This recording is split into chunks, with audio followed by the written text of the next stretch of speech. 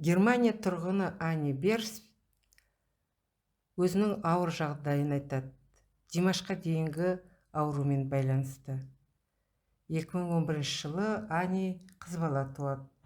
Ол кезде Ани өте семіз болған екен. Бір күні ол 2 жасар баласымен далаға серуенге шығады. Сонда бала көлік жолына қарай жүгіріп кеткен екен. Анасы баласын қуып жете алмаған. Сонда ол өзінің дәрменсіз екенін сезеді. Мұндай семіз денені дұрыс қалыпқа келтіру керек деген ой келеді. Сөйтіп арықтау барысында ол 60 килограмм салмағын жоғалтады. Алайда арықтағанымен соның кесірінен ұйқы безінің мәселесі басталады. Осы аурудан аман қалу мүмкіндігі тек 10% құрайтын. Ол тіпті өлу халіне де жеткен болатын. Үнемі үрейлі қорқыныш тұла бойын басып кететін. Мұндай жағдайда күн сайын қайталанады.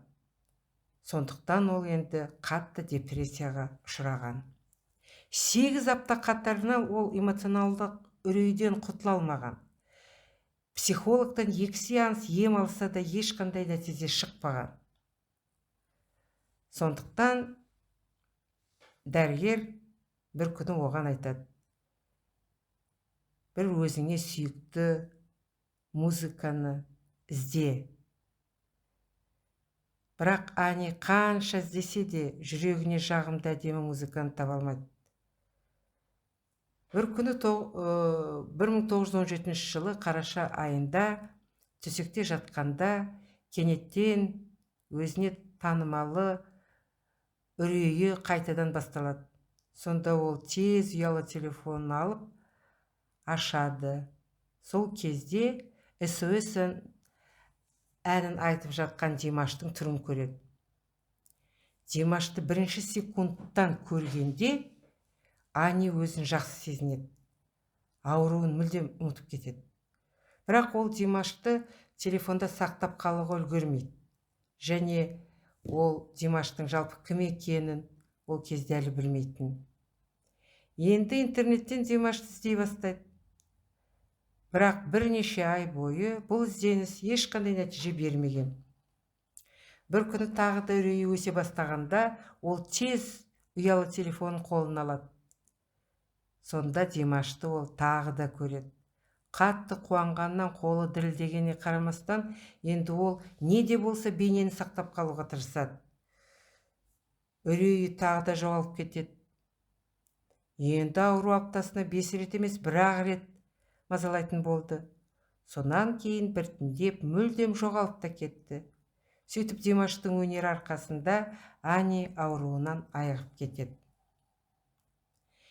Енді ол көшеге жалғыз шығуға, өз бетінше көлік айдауға, дүкенге барып сауда жасауға әлі келетін болды. Оның ойлануға, армандауға, күлуге, тыныш ұйықтауға, тамақ ішуге қайтадан дәрмені келеді. Енді оның дәрісі Димаштың әндері болады. Анидің дәріге сезімталдығы өте жоғары болған. Сондықтан оған дәрі ішуге болмайтын. Димаш өз өнерімен көптеген адамдарды сауықтырады. Оны интернетке бәрі бірдей бере алмайды деп түсіндіреді Ани. Енді Ани қалыпты өмірге оралады. Оның отбасы Димаш пен Димаштың туыстарына, ата-анасына өздерінің ризашылықтарын білдіреді. Димаш жердегі барлық адамдарға арнаған Құдайдың сыйы деп санайды Ани. Димаш және оның ата-анасы әлі де болса аяғына дейін түсінбейді қаншалықты Димаш дүниесі маңызды екенін деп Ани өз